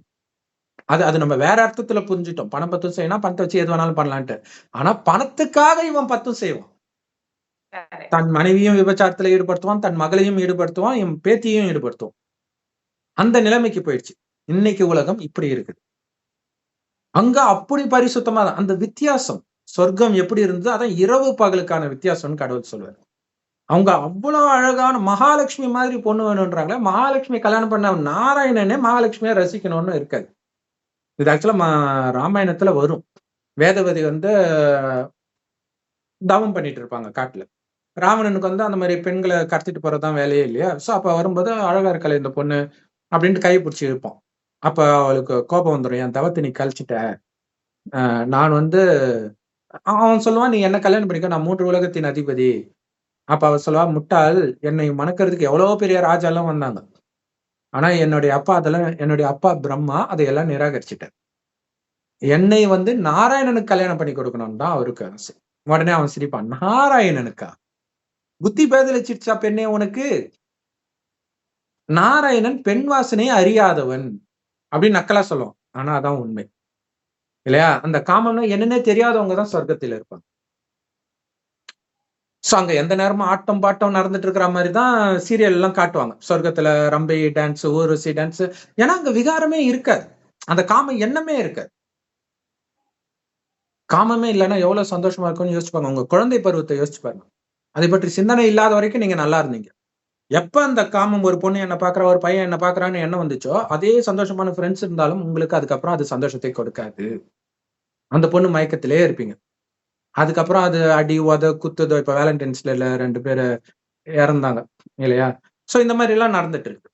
சோ இப்படி எல்லாம் விழுந்ததுக்கு காரணம் கடவுள் சொல்ற, சொர்க்கத்தில் ஆத்மான்ற உணர்வுல இருந்தீங்க, உடல்ன்ற உணர்வே இருக்காது. இந்த உடலை இயக்கக்கூடிய உயிர் புருவ மத்தியில நட்சத்திரம் மாதிரி ஜொலிக்குது. அவர் தான் கண் வழியா பாக்குறார், வாய் வழியா பேசுறார், எல்லாத்தையும் பண்ணிட்டு இருக்கிறார் அப்படின்ற உணர்வு இயல்பாகவே சொர்க்கத்தில் இருக்கும். அதனால சதா ஆனந்தமா இருப்பாங்க. ஏன்னா ஆத்மாவுடைய உண்மையான குணம் ஆனந்தம். அந்த ஆத்மாவிலேயே அவங்களுடைய கவனம் இருக்கும். ஒருவரை ஒருவர் பார்த்து பேசும்போது கூட ஆத்மா, அப்ப ஒரு புள்ளி இன்னொரு புள்ளியை பார்த்தால் எப்படி காமம் வரும்? அந்த ஆத்மா எப்பவுமே இருக்குது அப்படிங்கிறதும் தெரியும்.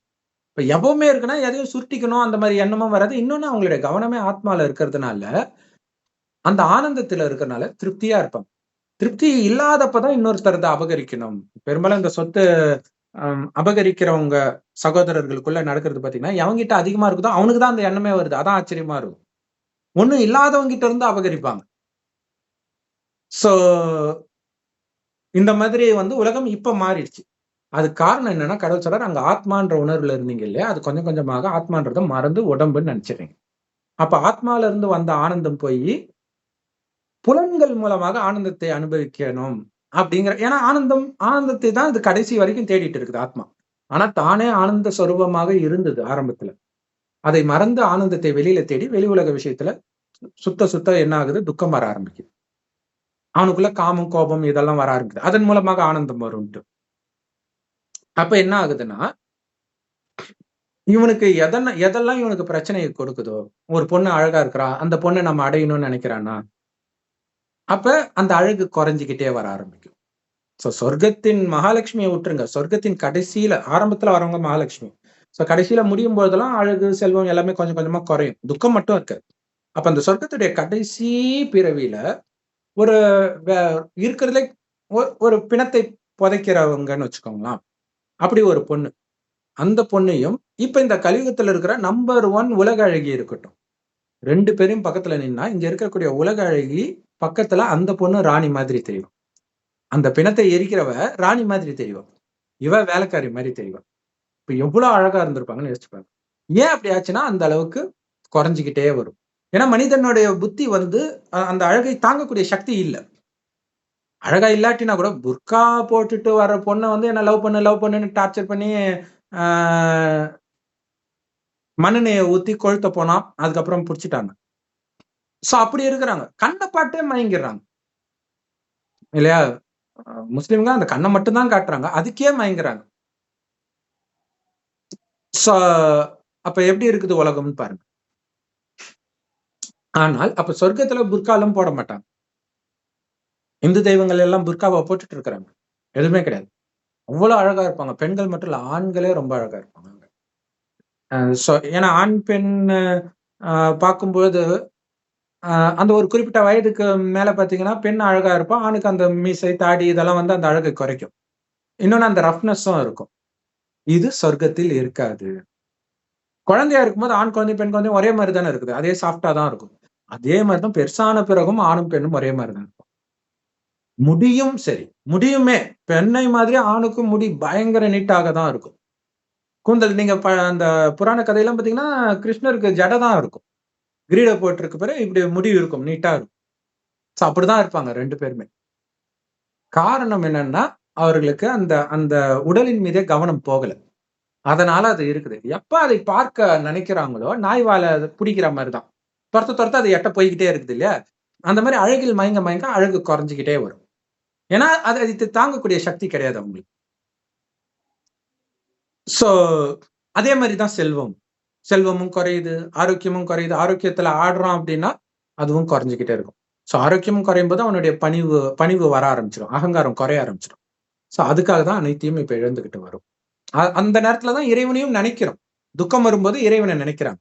அப்ப நரகத்துல தான் அந்த கோயில் கட்டுறது, மசூதி கட்டுறது, சர்ச்சு, வேதங்கள், பக்தி எல்லாம் ஸ்டார்ட் ஆகுது. சொர்க்கத்துல பக்தி எல்லாம் இருக்காது. ஏன்னா நம்ம யார கடவுள்னு நினைக்கிறோமோ அவங்கலாம் அங்க உயிரோட இருப்பாங்க, சிவனை தவிர. சிவன் தான் உண்மையாலே கடவுள். அவர் வந்து இந்த ஞானத்தை கொடுத்து மீண்டும் உங்கள ஆத்மான்னு வந்து என்னை நினைவு செஞ்சீங்கன்னா, அங்க வந்துடுவீங்க அப்படிங்கிற ஞான கங்கை. இந்த ஞானத்த தான் கங்கையோட ஒப்பிடுறாங்க. இந்த ஞான கங்கை எல்லா பிரம்மகுமாரி சென்டர்லயும் தினம் தினம் கிடைக்குது. முரளி அப்படின்னு சொல்லுவோம். யூடியூப் வெப்சைட்ஸ்னு இருக்கு. அதோட லிங்க் இந்த வீடியோக்கு டிஸ்கிரிப்ஷன்ல கொடுக்குறோம். அவசியம் பாருங்க. கூகுள் சர்ச்ல நீங்க வந்து பார்க்கலாம். எல்லா மொழியிலும் இருக்கும். உலகம் ஃபுல்லா எல்லா நாடுகள்லயும் இருக்குது பிரம்மகுமாரி ராஜயோக மெடிடேஷன் சென்டர். ஏன்னா இறைவன் யார் உடம்புல வராரோ அவருக்கு பிரம்மன் பேர் இருக்கிறார். அவர் வாய் வழியா இந்த ஞானத்தை கேட்கிறவங்க பிரம்மகுமார் குமாரிகளா ஆகுறோம். கேட்காதவர்களும் பிரம்மகுமார் குமாரிகள் தான். ஆனா அவங்களுக்கு தெரியல, அவ்வளவுதான். இப்ப இதை சொல்றோம். இப்ப இந்த ஞானத்தை கேட்டு ஒருவரை ஒருவர் ஆத்மான்னு பாருங்கள்.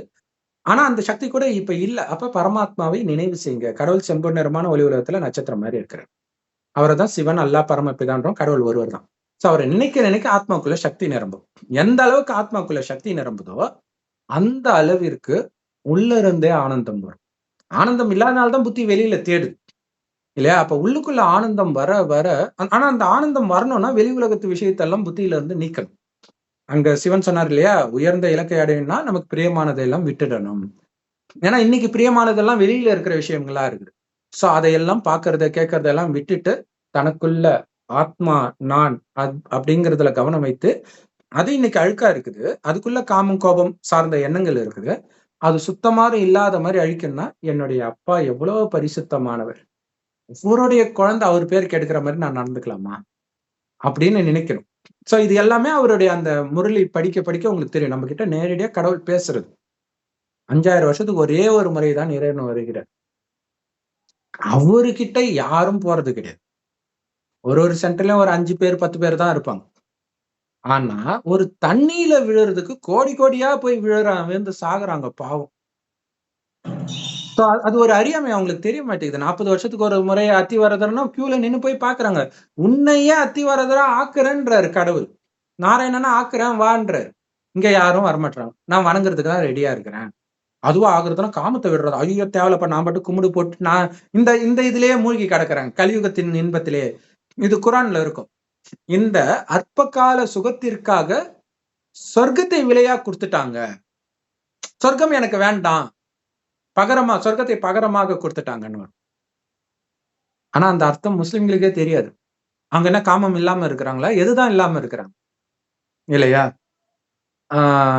முஸ்லிம் நாடுகள்ல பாத்தீங்கன்னா ரொம்ப ஸ்ட்ரிக்டான நாடுகள். அந்த இதெல்லாம் போட்டிருப்பாங்க இல்லையா? போய் வாஷ்ரூம்ல போனோடனே அதை எடுத்துட்டு உடனே மேக்கப் ஐட்டம் வச்சு அப்படியே நல்லா அப்படியே அங்கங்க டச் பண்ணிட்டு அவங்களே அழகா தான் இருப்பாங்க. இருந்தாலும் மேக்கப் போட்டு லிப்ஸ்டிக் போட்டு மைய போட்டு மறுபடியும் மூடிடுவாங்க. அப்ப அந்த அந்த அந்த ஒரு பற்று இருந்துகிட்டே இருக்குது பாருங்க இல்லையா? ஒரு 10 ரூபாய் திருடினாலும் திருட்டு தான், கோடிக்கணக்கில் திருடினாலும் திருட்டு தான். கணவனோட ஈடுபட்டாலும் காமம் விபச்சாரம் தான், பிறரோடு ஈடுபட்டாலும் காமம் விபச்சாரம் தான். அதுதான் ஒரு பெண்ணை இச்சையா நீ பார்த்துட்டாலே விபச்சாரம் பண்ணிட்டன்ற. இச்சையா நினைச்சாலே. இவங்க என்ன நினைச்சுக்கிறாங்க, மனைவி தவிர மத்தவங்கள சொல்றாரு அப்படி தப்பா புரிஞ்சுக்கிறாங்க. சோ இதுதான் மனித வழி. உங்களை தப்பு செய்யறதுக்கான எல்லா வேலையும் பண்ணி விட்டுரும். எல்லா மதங்களும் உங்க அந்த மதத்தை ஃபாலோ பண்ணி பண்ணி பண்ணி நீங்க கீழே தானே வந்திருக்கிறீங்க.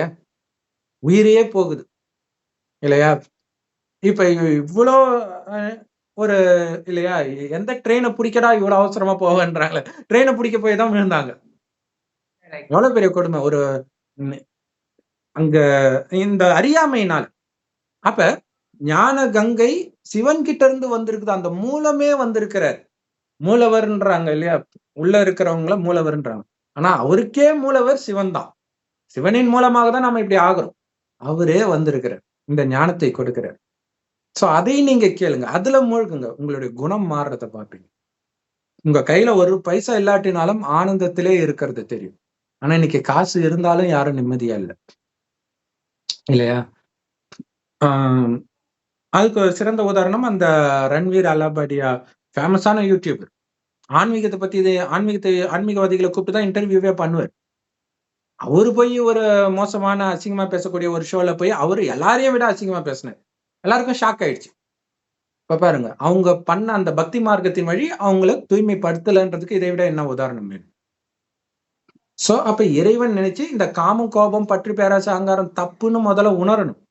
அப்பதானே அதை விடுறதுக்கான முயற்சியை அடுத்தது பண்ணுவீங்க. ஆனா அதை தப்புன்னு நீங்க உணரணும். அதற்கான முயற்சி பண்றதுக்கு தைரியம் வைக்கணும்னா பேசுறது கடவுள்னு புரிஞ்சுக்கணும். நான் தண்ணிய கூட கடவுள் நினைப்பேன், நான் ஒரிஜினல் கடவுள் நினைக்க மாட்டேன்னா என்னன்னு சொல்றது? அப்ப நீ சுத்திக்கிட்டே இரு ராஜான்னு விட்டுற வேண்டியதான். இதான் நடந்துட்டு இருக்கு. சோ மகா கும்பமேளா அப்படின்னா, கும்பம்னா சந்திக்கிறது, மேளானா திருவிழா, சந்திப்பு திருவிழா. கடவுளை மனிதர்கள் சந்திக்கிறது திருவிழாவா, ஒரு நதி இன்னொரு நதியை சந்திக்கிறது ஒரு திருவிழாவா? ரெண்டு தண்ணியை ரெண்டு சைடு ஊத்துனீங்கன்னா அது போய் சந்திக்கதான் போகுது. எப்பவுமே சொர்க்கத்திலே இருக்குது. கடவுள் சொல்றாரு, சொர்க்கத்துல இருந்தே கங்கை, யமுனை எல்லாம் இருக்கதான் செய்யுது. அப்பயும் அங்க குளிச்சுதான் இருப்பாங்க. அப்படி இருந்தா எப்பவுமே அது சொர்க்கமாவே தானே இருக்கணும். ஏன் கீழே வந்தது? அதே மாதிரி துவாபர யுகத்துல கீதை சொல்லப்பட்டது, மகாபாரத யுத்தம் நடந்ததுன்னாங்க. அப்படியெல்லாம் எதுவும் நடக்கல. கிருஷ்ணர் பிறந்தது ஆரம்பத்துல சத்தியுகத்துல. ஒருவேளை கிருஷ்ணர் இங்க பிறந்திருந்து கிருஷ்ணர் இங்க பிறக்கிறதுக்கு அவர் என்ன பாவம் செய்தார்? அவர் தான் நம்பர் 1 பரிசுத்தமான குழந்தை. அதுவும் இருக்கும் வேதத்துல. உலகம் அழிஞ்ச பிறகு கடல்ல ஆளிலை வரும், அது மேல கிருஷ்ணர் அப்படியே ஹாயா கால் கட்டை விரல சுப்பிட்டு வருவார்.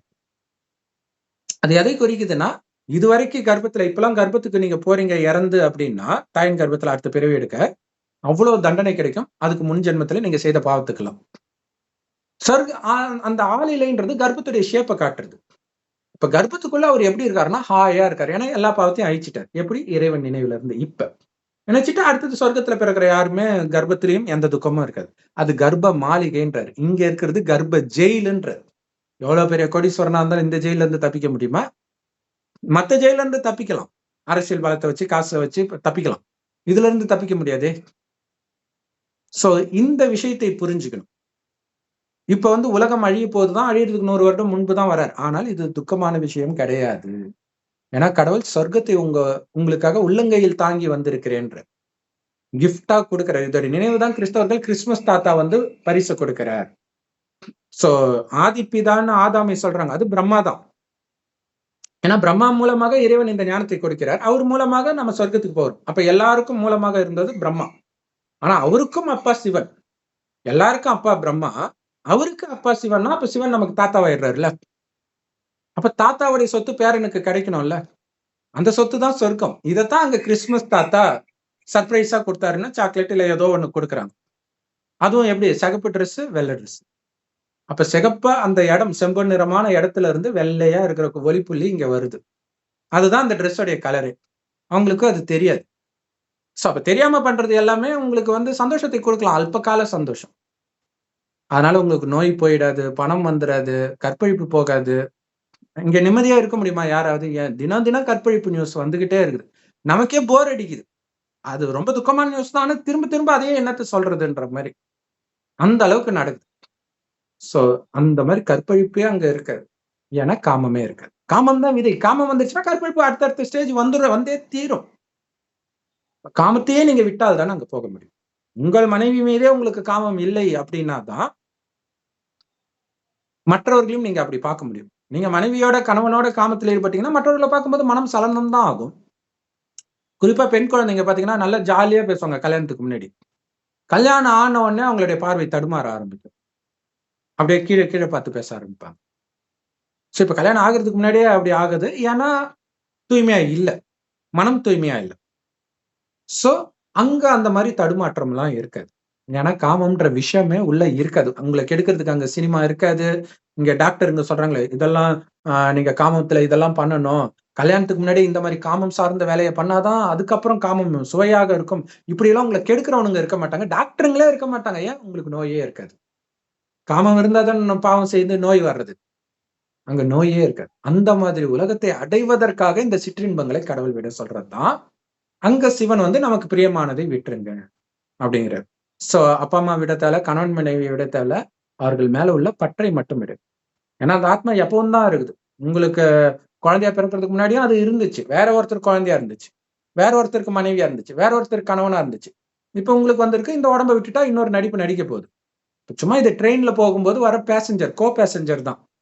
ஐயோ இறங்கி போகாதீங்க, இறங்கி போகாதீங்க, என்னை விட்டு தயவு செய்து போகாதீங்கன்னா எவ்வளவு காமெடி இருக்குமோ அதேதான் இங்கேயும் நடக்குது. ஐயோ அம்மா இறந்துட்டா என்னால தாங்க முடியல, அப்பா இறந்துட்டா தாங்க முடியல, கணவன் இறந்துட்டா தாங்க முடியல. எப்ப இறங்குவாங்கன்னே, அதாவது இப்ப ட்ரெயின்ல வருன்னா ஃப்ரெண்ட்லியா பேசுனா நீங்க எந்த ஸ்டாப் இறங்குறீங்கன்னு கேட்பாங்க இல்லையா? ஆனாலும் நீங்க வந்து அவங்க மேல பற்றெல்லாம் வைக்கல. அவங்க போவாங்க தெரியும். நம்மளே முன்னாடியே சொல்லுவோம். உங்க ஸ்டாப் வருதுங்க, அடுத்தது ரெடியா இருங்கன்னு சொல்லுவோம். ஆனால் இங்க இறக்குறது எப்ப இறப்பாங்கன்னு யாருக்குமே தெரியாதுன்னா, எவ்வளவு எச்சரிக்கையா இருக்கணும். எந்த நேரம் வேணாலும் ஏமாத்திட்டு போயிடுவாங்க. இல்லையா? இப்ப ஒருத்தன் வந்து ஒரு பொண்ண ஏமாத்திட்டு போனா, போலீஸ் ஸ்டேஷன் போலாம், எங்க வேணாலும் போலாம். சட்டம் அவங்களுக்கு சாதகமா இருக்குது. சில சமயம் அவங்களுக்கு பாதகமாவும் மாறிடும். அது வேற விஷயம். ஆனால் இறந்துட்டா நீங்க எந்த கோர்ட்ல போய் நிப்பீங்க? அவன் என்ன ஏமாத்திட்டு போயிட்டான்னு எங்க போய் நிப்பீங்க? இல்லையா? ஏன்னா அதுதானே பெரிய ஏமாற்றம். இதை விட. சோ அதுக்கு நீங்க எவ்வளவு எச்சரிக்கையா இருக்கணும். பற்று வைக்கக்கூடாது. இது சும்மா நடிக்குது இந்த புள்ளி. அம்மா மாதிரி நடிக்குது, குழந்தை மாதிரி நடிக்குது. திடீர்னு விட்டு போயிடும். பார்த்தா உடம்பு பேன்னு இருக்கும். பேசாது, எந்திரிக்க சொன்னா எந்திரிக்காது. எந்திரி அஞ்சலி, எந்திரி அஞ்சலின்னு கத்த வேண்டியதுதான். சோ அப்ப அந்த கவனத்திலேயே இருங்கள். இல்லையா? அந்த ஆத்மா அதோடைய பார்ட் நடிக்குது. ஸ்கூல்ல ஹாஸ்டல்ல ஒண்ணா இருக்கும்போது ஜாலியா இருக்கும். காலேஜ் ஹாஸ்டல் எல்லாம் ஒண்ணா இருப்போம். உடம்பு சரியில்லன்னா அவங்க ஆஸ்பத்திரிக்கு கிட்ட போவாங்க எல்லாம். ஆனா அவங்க இறந்துட்டா ஒண்ணும் நம்ம அழமாட்டோம். ஏன்னா அவங்க என்னுடையவர்கள்ன்ற எண்ணத்தையே அங்க விதைக்க மாட்டோம். ஆனா வீட்ல இருக்கும்போது இவங்க என்னுடையவர்கள்னு விதைச்சதுனால தான், அந்த மனைவி இன்னொருத்தன் பின்னாடி போனா போய் கத்தி எடுத்துட்டு போய் வெட்டிட்டு வரான். இத்தனைக்கும் என்ன ஒரு 5, 6 வருஷம் அவங்க கூட இருந்திருக்கும். அப்பா, அம்மா விட்டு போனா கூட பரவால்ல. அது கொஞ்சம் அதிக வருஷம் இருக்கிறாங்க. அவங்களையே விட்டுட்டு அந்த பொண்ணு வந்திருக்குது. உன்னை விட்டுட்டு போகாது. இல்ல அப்பா, அம்மாவே விட்டுட்டு வர தெரிஞ்சதுக்கு உன்னை விடுறதுக்கு எவ்வளவு நேரம் ஆகும்? சொல்லுங்க சிஸ்டர். இப்போ ஹஸ்பண்ட் மேரேஜ் பண்ணிருப்பாங்க பிரதர். இப்போ ஒய்ஃப்க்கு ஒரு 3, 4 குழந்தை இருக்குன்னு வச்சுக்கோங்களேன். திடீர்னு கணவர் இறந்துருவாரு. ஆக்சுவலி இந்த குழந்தைங்கள பாத்துக்கிற பொறுப்பு மனைவிக்கு வந்துருச்சு. அவரு விட்டுட்டு போயிட்டாரு. அது ஒரு துரோகம் தான் ஆக்சுவலி இறந்து போனா. இவங்க கோவம் தான் பண்ணோம். இவங்க உட்கார்ந்துட்டு நினைச்சிட்டு வருஷம் கூட அழுதுட்டு இருப்பாங்க. ஐயோ என்னுடைய கணவர் என்னை விட்டு போயிட்டாரேன்ட்டு இவங்களும் வேதனை அவரு என்ன நல்லா பாத்துக்கிட்டாரேன்னு அழுவாங்க. கரெக்ட். ஆனா இன்னொரு பொண்ணு பின்னாடி போனா மட்டும் டென்ஷன் ஆயிடுவாங்க. இப்ப அவரு பொறந்த அங்க இன்னொரு பொண்ணு பின்னாடி போக தானே போறாரு. இல்லையா? சோ இந்த விஷயத்தை நம்ம புரிஞ்சுக்கிட்டோம் அப்படின்னா நமக்கு துக்கம் வராது. எல்லாத்துக்கும் மேல இதுக்கான சக்தி இறைவனை நினைக்க தான் உங்களுக்கு கிடைக்கும். மெயின் இதுதான். மற்றதெல்லாம் மறந்துட்டா கூட, நான் ஆத்மா, அழியக்கூடிய உடம்பு கிடையாது. இது கொஞ்ச நேரம் இருப்பேன். ஒரு ட்ரெஸ் மாதிரி. ட்ரெஸ் அழுக்கானா வேற ட்ரெஸ் போடுற மாரி இந்த உடம்பு வயதாகுது அல்லது ஏதோ ஒரு காரணத்தினால டக்குனு போய் இன்னொரு உடம்ப எடுக்க போகுது. அப்ப அந்த உடம்புல கவனம் இருக்கக்கூடாது.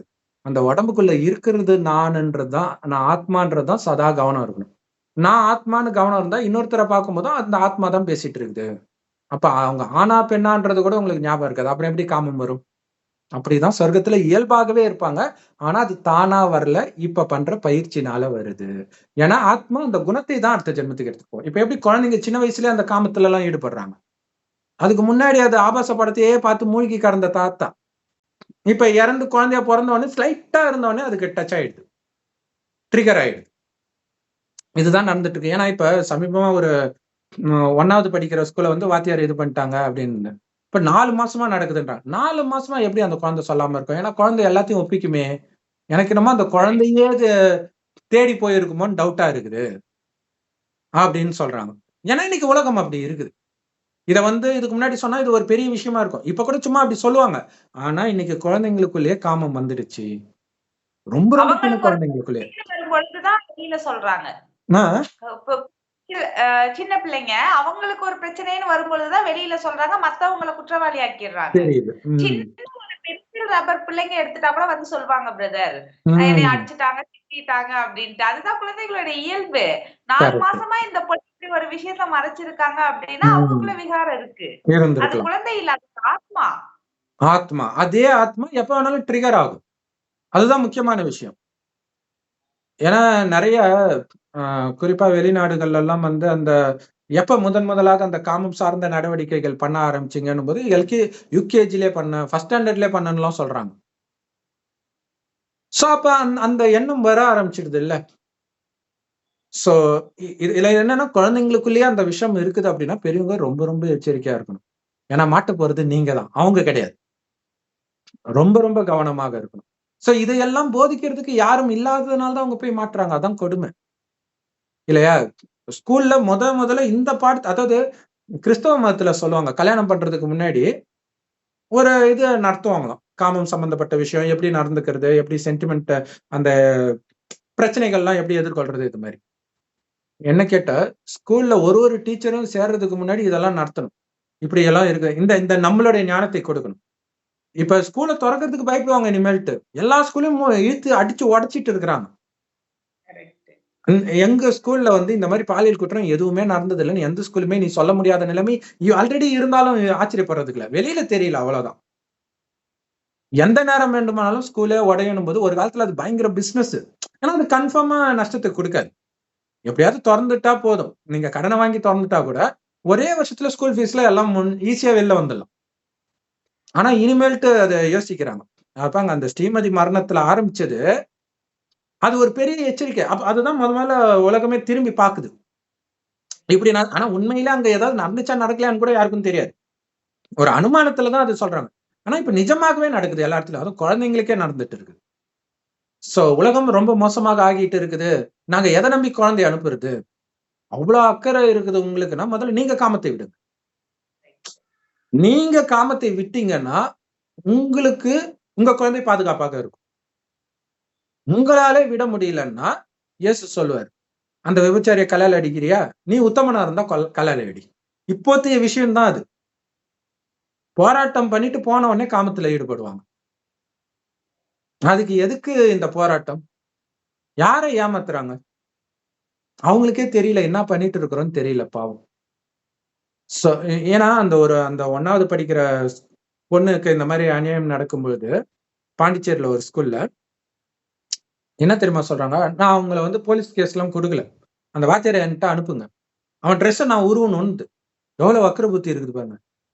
இ அப்படியும் இல்லையா? அவன் வீட்டு பொண்ணுங்களலாம் அனுப்பு. எங்க வீட்டு ஆம்பளைங்கள விட்டு அவளுங்க ட்ரெஸ்ஸ உருவுறேன்துங்க. அவன விட பயங்கரமான வெறி புடிச்சவளுங்களா இவளுங்க இருக்காளுங்க.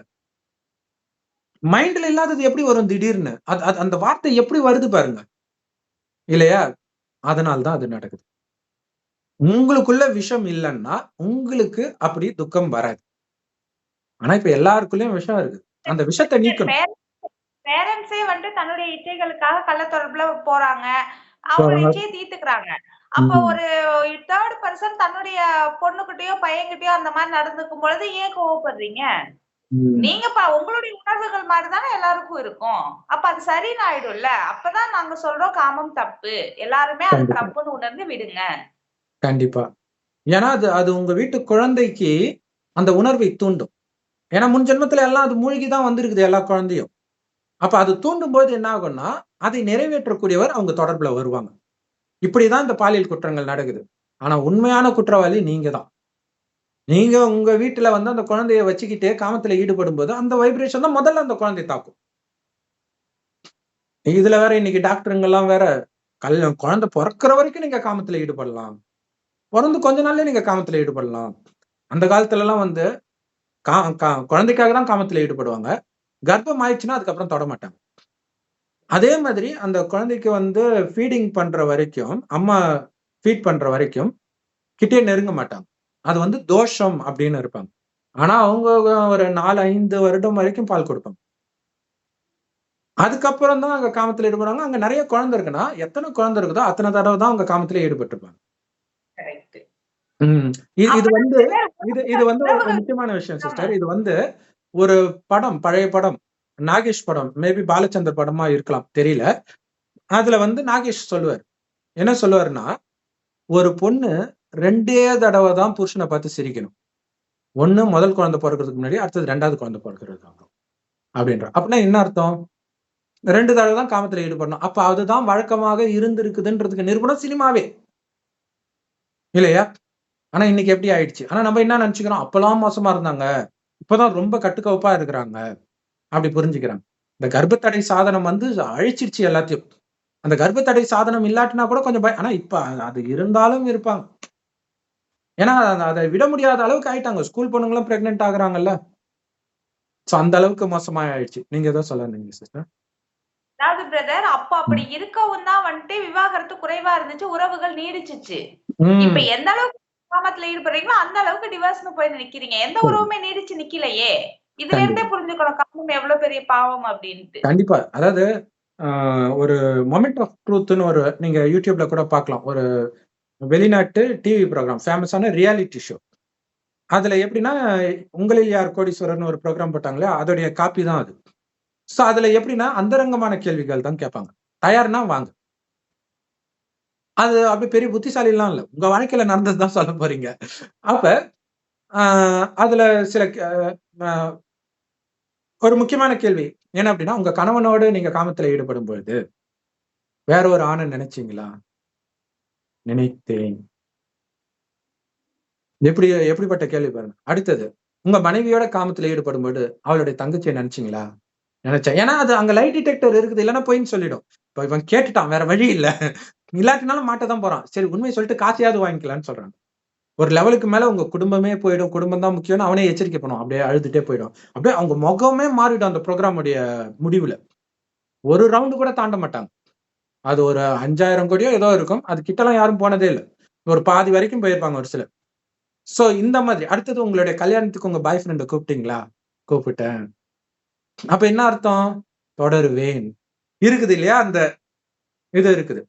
சோ அந்த மாதிரி மனிதர்களுடைய புத்தி இப்ப மோசமாக இருக்குது. அப்ப அதுதான் இயேசு சொல்றாரு. "நீ உத்தமனா இருந்தா விபச்சாரியை பார்த்து கல்லால அடி." அப்படின்னா, நீ கல்லால அடி அடிக்காம போ. நீ உத்தமன் ஆகு. ஆகலன்னா உனக்கும் இதே மாதிரி தான் நிலை வரும். இதுதான் முக்கியமான விஷயம். சிலது பெரும்பாலும் இந்த மாரி விஷயத்தெல்லாம் வந்து கீழ எவனாவது ஒருத்தன் வந்து கமெண்ட் போடுவான். இவனுங்கெல்லாம் உத்தமன் மாதிரியே போடுறானுங்க கமெண்ட்ட அப்படின்னு போடுவாங்க. சோ இந்த விஷயம் புரிஞ்சுக்கணும். சோ அப்ப ஸ்கூல்ல வந்து காமம்னா அது சம்பந்தப்பட்ட எண்ணமே எனக்கு இருக்காது. நீ கையெழுத்து போட்டு குடுத்துட்டு வா. உன் மனைவியோட நீ காமத்துல ஈடுபடவே கூடாது.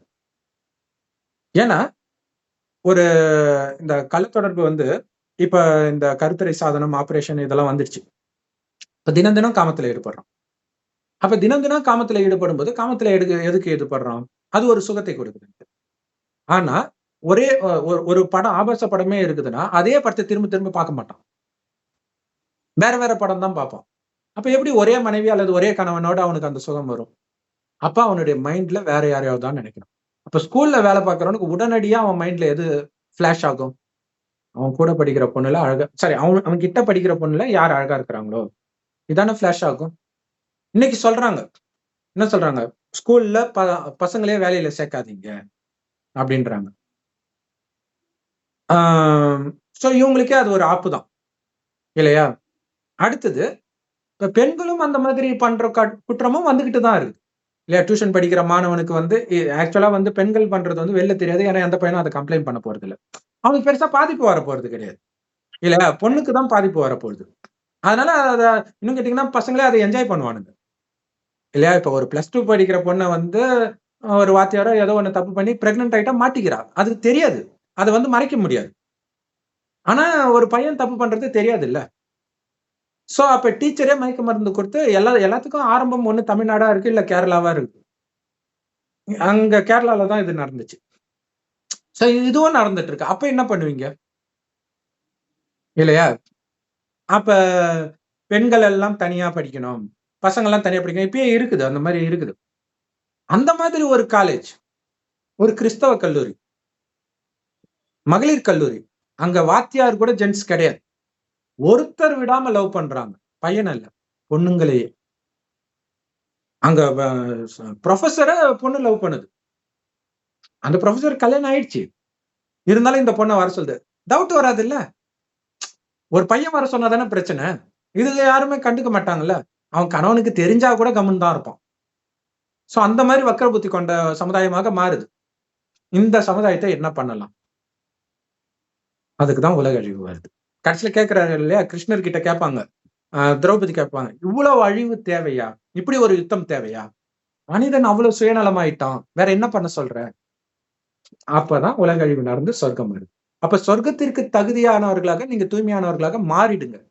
இந்த இடத்திலும் உங்களை தேடி காமம் வரும். அப்படியே ஆடாம அசையாம இருக்கணும். மனம் கொஞ்சம் கூட சலனமாகாம இருக்கணும். அப்படி இருந்தீங்கன்னா சொர்க்கத்தில் நாராயணன் நீங்க தான்.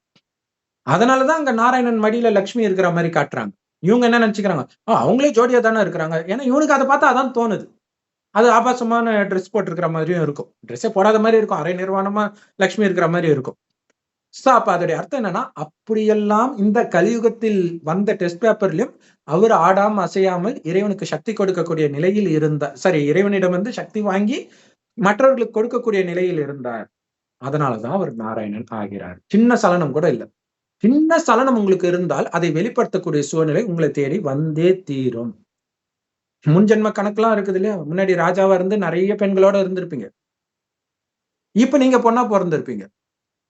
நீங்க எந்த ராணிகளோட எல்லாம் இருந்தீங்களோ அவங்களும் நிறைய பாவம் செஞ்சு செஞ்சு இன்னைக்கு ஆட்டோக்காரனா இருப்பான்.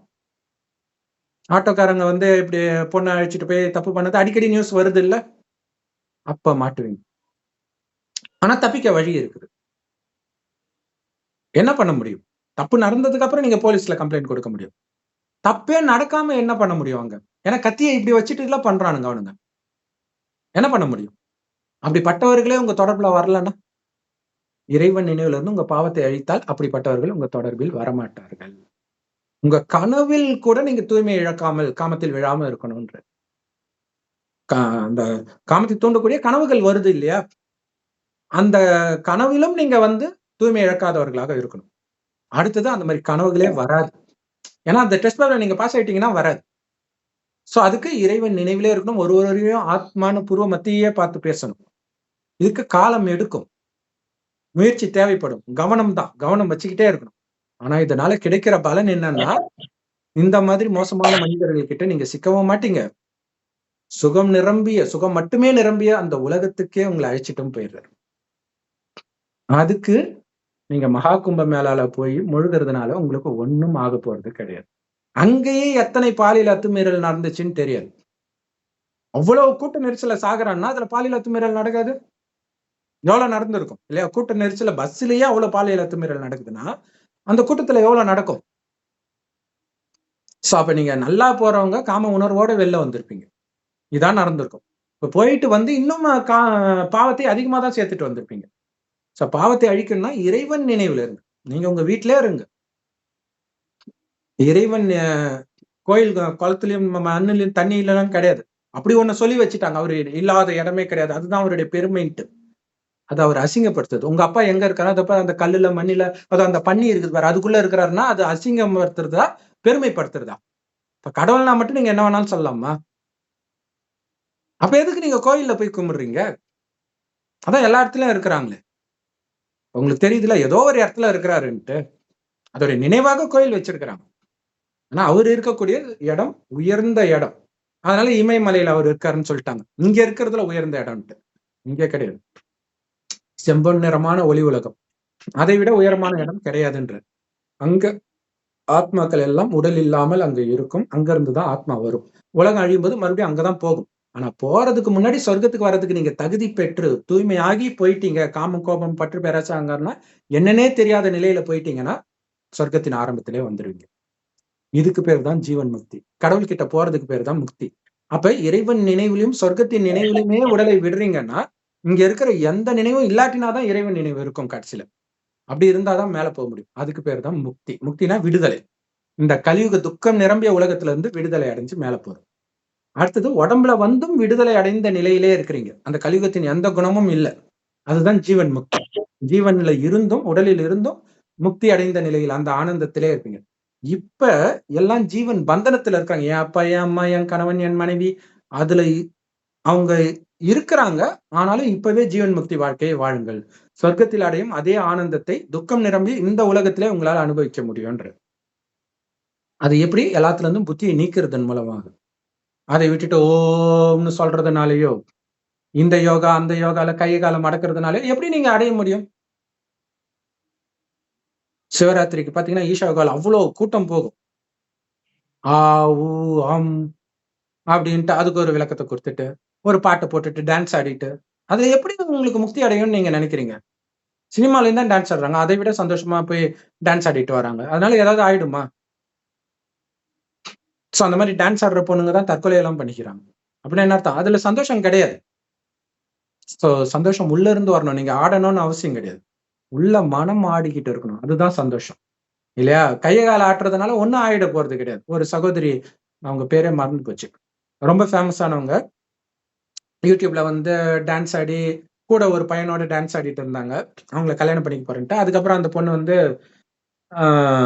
ஜெசுரதி அந்த பொண்ணு பேரு. அவங்க அம்மா பேரு ஜெசுரதி. இவங்க பேரு என்னன்னு மறந்து போச்சு. சோ அவன் வந்து என்ன செக்ஷுவல் அபியூஸ் பண்றான். எனக்கு இதுல விருப்பமே கிடையாது. எங்க அம்மா தான் இப்படி ஃபோர்ஸ் பண்றாங்க. நாங்க கேமரா முன்னாடி சிரிக்கிறனால நிஜமாலே சந்தோஷமா இருக்கிறோம்னு நினைச்சுக்காதீங்க. அப்படின்னு இப்படிதான் இருக்குது உலகம். சும்மா ஏமாத்துறது.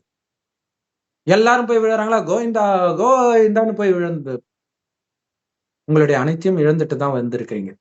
சொர்க்கமாக கொடுத்த அத்தனையும் இழந்துட்டீங்க. இப்ப அனைத்தையும் அடையணும்னா உண்மையான கடவுளை புடிங்க. அவரை நினைச்சுக்கிட்டே இருங்க 24 மணி நேரம். அதுதான் இறைவன் கத்துக் கொடுக்கிறது. அதுதான் மரண நேரத்தில் அந்த மார்க்கண்டேயன் சிவலிங்கத்தை கட்டி பிடிக்கிறதா காட்டுறாங்க.